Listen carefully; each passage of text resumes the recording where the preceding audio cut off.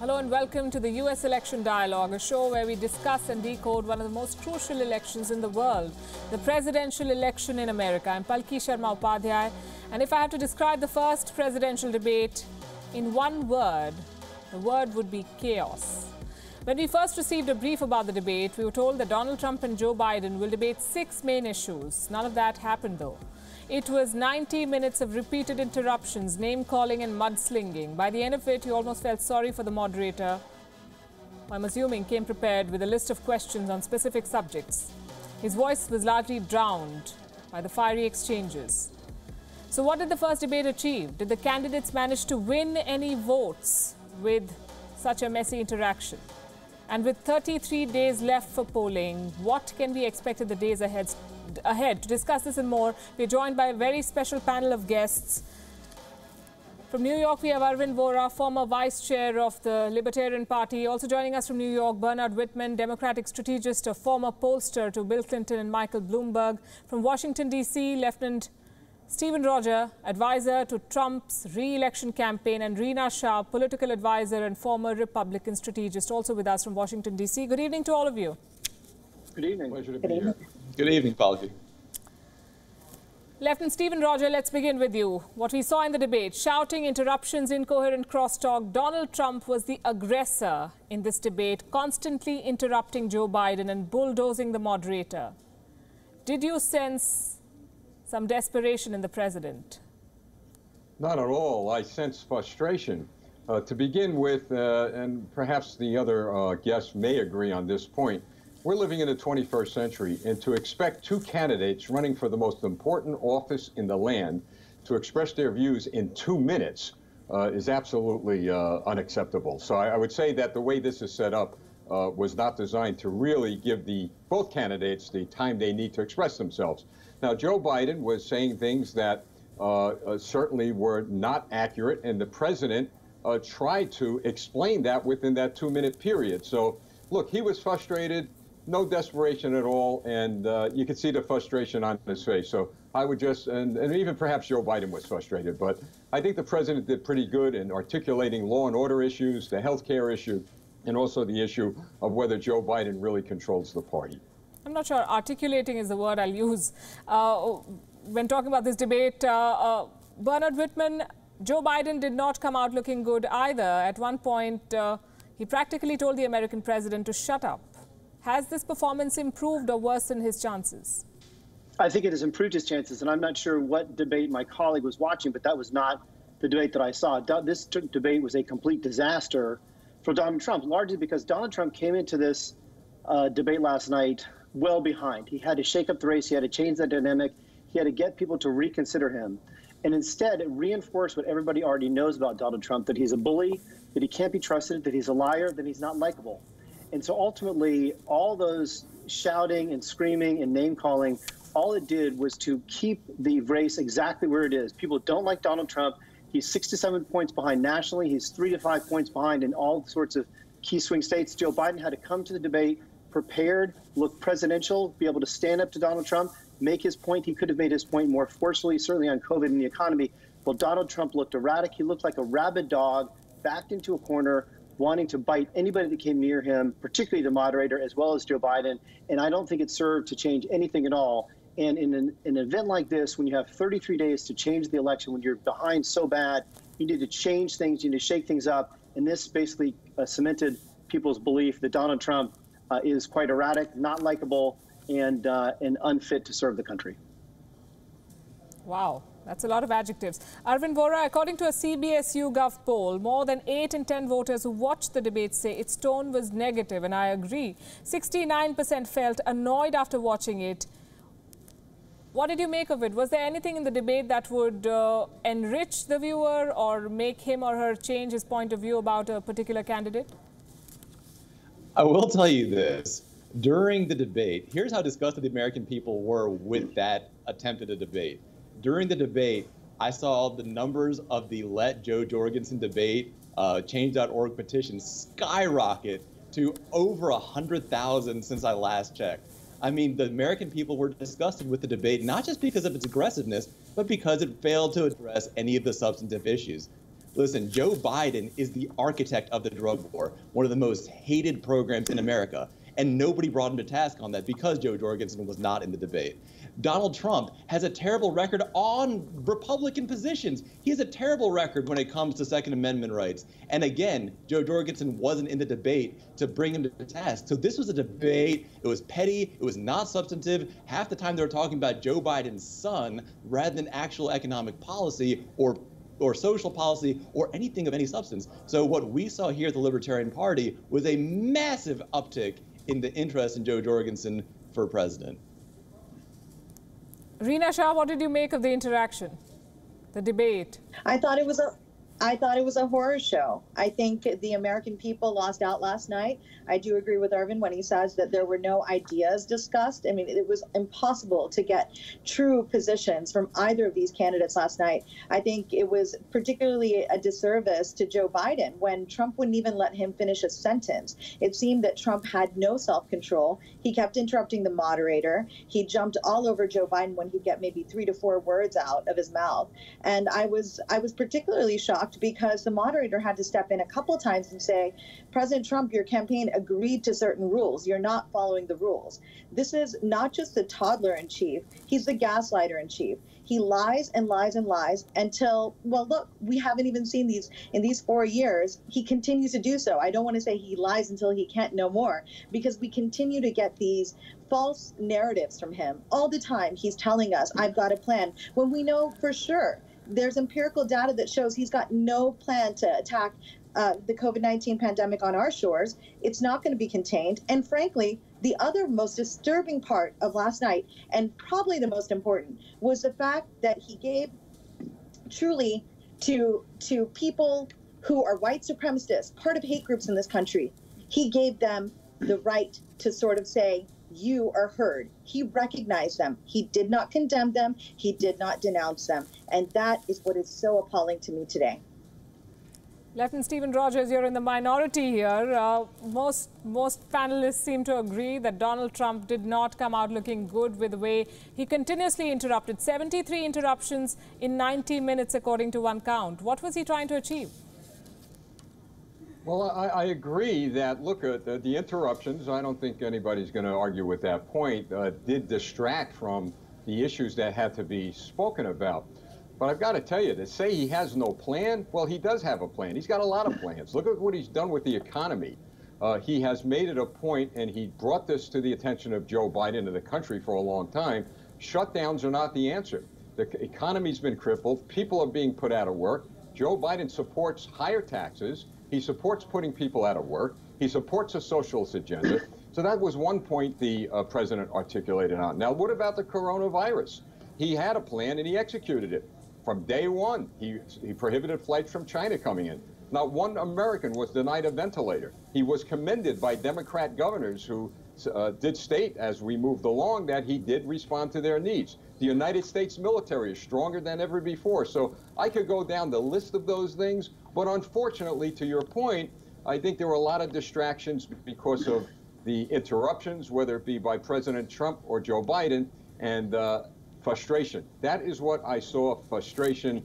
But the president was able to get his message out with regard to his plan. So it's a false narrative to say the man doesn't have any plans, and he has not responded. No, you still didn't tell us about a plan for the COVID-19 pandemic. You still did not articulate what plan this president has for the pandemic, how to control it. The last thing I remember hearing is 15 days to slow the spread. Yeah. How did that work out? His plan. Where have you been? His plan allowed. I haven't been under the rock, sir. Your president does not have a plan. His plan is to allow 200,000 people to die and to belittle that, and to cause the economy to have to be shut down, throwing 30 million people out of work, and to put someone on the Supreme Court who will take away Obamacare, who will take away the pre-existing conditions limitations, so insurance companies can discriminate against people with pre-existing conditions, including COVID. He has no plan to reopen the schools. He has no plan to deal with the economy now that the economy is not what it was a year ago. It's a complete unmitigated disaster. And if the American people could hear anything last night, they could hear Joe Biden repeatedly say he doesn't have a plan in the economy. He doesn't have a plan on COVID. He doesn't have a plan on health care. He doesn't have a plan on climate change. He has no plan, which is why he was so angry and scared last night. I am aghast that you would say, oh, please, when our colleague just said 200,000 Americans. We don't want this to be an extension of what we saw in the presidential debate. So we'll speak one person at a time. And because Lieutenant Roger is in the minority, we think we'll go to him for this response, and I'll come to Arvind Vohra then.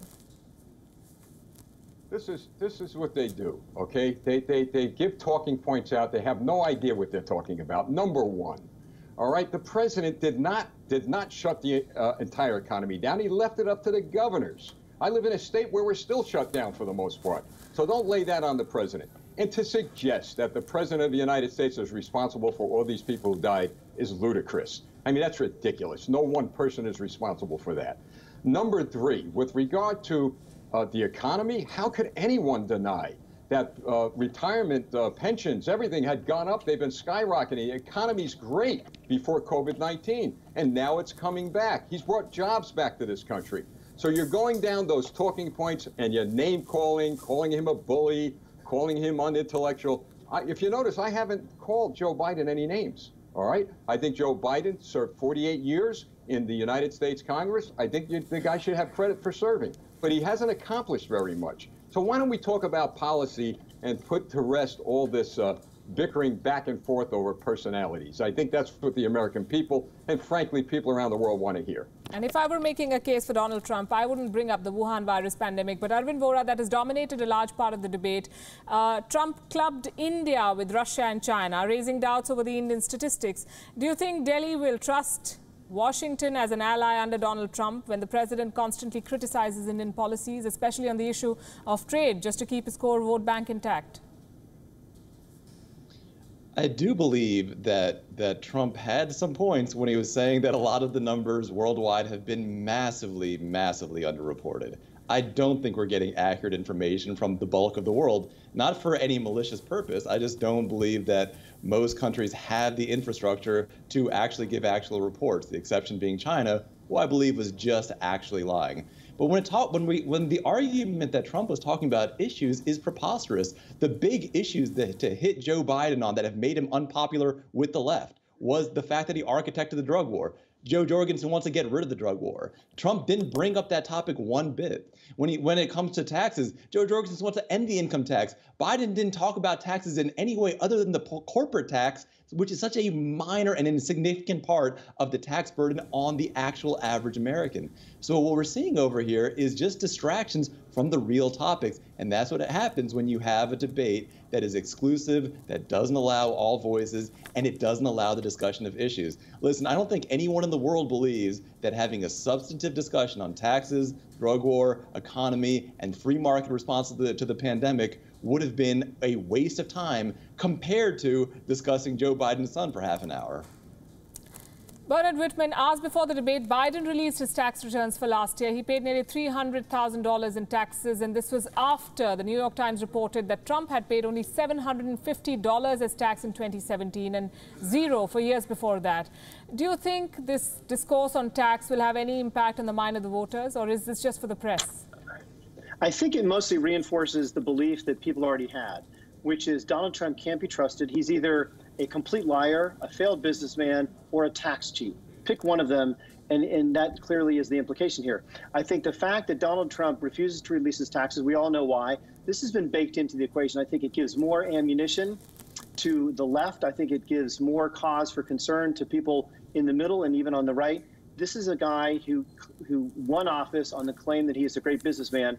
And the New York Times disclosures show, in fact, he's a terrible businessman and using intended losses to avoid paying taxes, i.e. cheating the government. So if you're in favor of someone that cheats the government or is a terrible businessman, then vote for Donald Trump. If you want to bring some sanity back into our national discourse and elect someone who is commonly decent, then I think Joe Biden made the case last night that he's your guy. Reena Shah, Trump is using the business dealings of Hunter Biden to attack Joe Biden, and he's done that consistently, but there is no clear evidence of corruption against the Bidens. Do you feel these charges will continue to haunt the campaign? Haunt the Biden campaign? Yes. I'll tell you, look, the right wing is going to do whatever it wants to do with this information. They love to bring up Hunter Biden as some sort of lightning rod, some evidence that the Biden family has engaged in nefarious activity. What they need to do is look inward and see that by Trump employing his children the way in which he has, including them in so much White House activity, public activity, he has really overstepped the lines. I mean, this is a guy who is a hypocrite because of the fact that Ivanka Trump and his son-in-law, Jared Kushner, this family enriches itself off the American presidency. He has still never divested from the Trump companies. He says he's taken a step back, but has he divested? No. And for our international viewers, this is important. Look up the emoluments clause. He's in direct violation of the emoluments clause. There have been legal cases that have tried to take this president to task, and we have been unsuccessful. The system has failed us. I've made my career in Republican politics, and I am shocked by the lack of empathy on the right and the fact that they continue to lie about the son of the former vice president. They say he was dishonorably discharged from military service. There's no proof of that. They say they have made up lies, such as him receiving certain amounts of payments from the Moscow the Moscow mayor's wife. They will do anything to spin and spin to take the attention off of them. That is what the Trump family does. When they find themselves in a mess, they lie to get themselves out of it. And it is gaslighting because it is trying to take the attention away from the true matters at hand. The fact that President Trump is 6 points behind Joe Biden in national polls. Joe Biden, at this very point in the race, holds a bigger and more consistent lead than Hillary Clinton did back at this point in her race against Donald Trump. So there's a lot on the line here. Anything could happen, but one thing is for sure is that this president will continue to lie to the American people. That is what he does. And to the point of one other colleague, I just want to say President Trump's name calling is racist. Calling somebody a bully and unintellectual are just adjectives to describe them. That is not name calling. Look at what President Trump has done. Is calling someone a liar and a clown okay in a presidential debate, Rina Shah? President Trump has said much worse. I'm not trying to say that whatever Joe Biden said back is okay. I'm trying to say that I saw Joe Biden defend himself from a person who uses racist language. Calling Elizabeth Warren, Senator Elizabeth Warren, Pocahontas is racist. It's like calling me a curry lover. I am born on U.S. soil. I deserve as much respect as any other American woman. And let me just tell you, gentlemen, American women are suffering so greatly from this pandemic. We are at the brink, and we're just at the beginning, of a recession, the greatest recession that American women will face in our lifetimes. And this is unreal to me. American women are bearing the brunt of this pandemic, and this president could care less because he has a problem with women and he has a problem with minorities. And you can't tell me otherwise because the past 4 years have shown me that. Right. Which is why he's about 25 points behind among women. That is why women, particularly suburban women in this country, will give this election to Joe Biden because they don't trust Donald Trump, and with good reason. Well, opinion polls, just playing the devil's advocate, have got it horribly wrong in the past. And we have discussed race issues, and Joe Biden's record on race is not very inspiring. But we leave it for some other day. Lieutenant Stephen Roger, Donald Trump refused to follow the rules of this debate, and he has already indicated that he may not accept the result if it goes against him. Are we looking at more chaos? Well, listen, he's going to accept the results, all right? He said he may not. He said he may not on record, not once, but repeatedly. All right, I'll qualify what I said, okay? The fact of the matter is he's absolutely right. It may take months before they count the results of this election. I don't even think Joe Biden, I believe Joe Biden also said that he's not going to count on the results of the election the night that the election ends.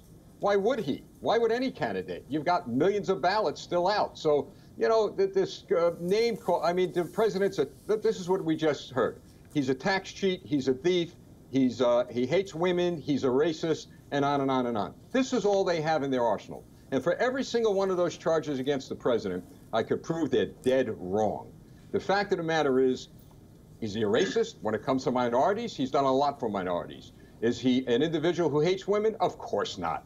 All right, Women for Trump have millions of women backing him. I mean, I could go on and on and on and defend the president, but the fact of the matter is that he is president of the United States. All right, he's doing the best he could, and he's done a darn good job for people in all walks of life. And when election day comes, one or two things going to happen. They're going to wait for a few weeks or maybe a month or so. The election will be certified. Donald Trump loses, he'll leave the White House with dignity and with honor. He'll always protect this country.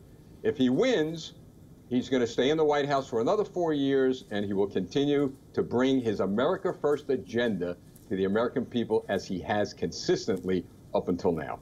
Well, the fact of the matter is that the facts are the biggest casualty in this discourse and in this election. Bernard Whitman, the concern about absentee ballots remains a subject of discussion. Today, we've learned that nearly 100,000 defective absentee ballots were sent to voters in New York, and Donald Trump did not lose that opportunity to tweet about this. And while what the president says about accepting or not accepting the result is serious, do you think there is some merit in the points that he's raised? No, I think what Donald Trump has done for the last 6 months is fundamentally call into question the legitimacy and the legality of this election, fundamentally called into question the legitimacy and legality of mail-in ballots, despite the fact 30 million people voted by mail, more than 30 million in 2018, that President Trump has voted by mail for years and years and years, and that every single expert in election law and in election security has said that mail-in ballots do not contain an overly high incidence of fraud. What this president is doing, and what is most troubling, is when he was called on to denounce white supremacy, not only did he not denounce white supremacy, he called on by name a neo-Nazi, fascist, right-wing, violent organization, the Proud Boys, and actually called on them to stand by because this is not going to end well and someone needs to deal with the left. That is incitement to violence. It is frightening. It is unprecedented. And for that reason alone, I think he should be thrown out of office. Right. I'm out of time, but I want to ask some yes or no questions to each one of you. Do you believe Joe Biden won this debate? Do debates like these have any impact on how voters are going to vote, because 90% of them apparently have already made up their mind? And is this one of the worst debates that we've seen in U.S. presidential history? Let's start with Reena Shah. This was the worst debate we've ever seen in U.S. history, as if we can even call it that. And let's be honest about one thing here. Both of these men have been in the public eye for decades. I mean, think about that, decades. So it's very likely that the public has made up its mind. But what we saw last night, I think, really crossed the line. If the president of the United States is going to give rise to hate group, a neo-Nazi hate group, then we know that he's not a president for all people, and that should sway people when they vote, however it is, by mail or in person with the mask on. Arvind Vora. This debate was a travesty, both in terms of its execution and in terms of its political exclusiveness. This debate didn't cover issues that are important to the American people. The fact that Joe Biden is the architect of the drug war and Joe Jorgensen wants to end it. The fact that Joe Jorgensen wants to end the income tax. None of that stuff was debated because this was a sham debate. It was a sham in its behavior, and it was a sham because it kept out some of the important candidates, and more importantly, the ideas that they represent. Instead of talking about ending the war on drugs, we got to talk about Joe Biden's son for half an hour. Bernard Whitman. To answer your question, Joe Biden did win the debate. Even Republican pollster Frank Lunt's focus groups of undecided said that Trump seemed like un-American and a crackhead. I think that ultimately this does not change the outcome, because I think it locks in where it was before, which is Biden is up by 6 or 7 points, including 3 to 5 points in most swing states. And undoubtedly, it was the worst debate in modern history. Lieutenant Stephen Roger. There was no winner. There was no loser. But the fact of the matter is that the people of the United States will vote on 2 issues, the economy and whether they're safe or not, law and order. The president articulated very clearly his law and order position and his economic plans for the future. And it's very, very true. It's undeniable. No one could deny the fact that Joe Biden does not and couldn't even mention one law enforcement agency or organization that supported him. President Trump has received overwhelming support from cops all over the country. So the election will be based on those issues, and moving forward, I don't see a problem with the president being reelected. We'll have to see. But thanks very much for the moment. Arvind Vora, Lieutenant Stephen Roger, Bernard Whitman and Reena Shah, thank you very much for joining us here on WION. It was a very good conversation.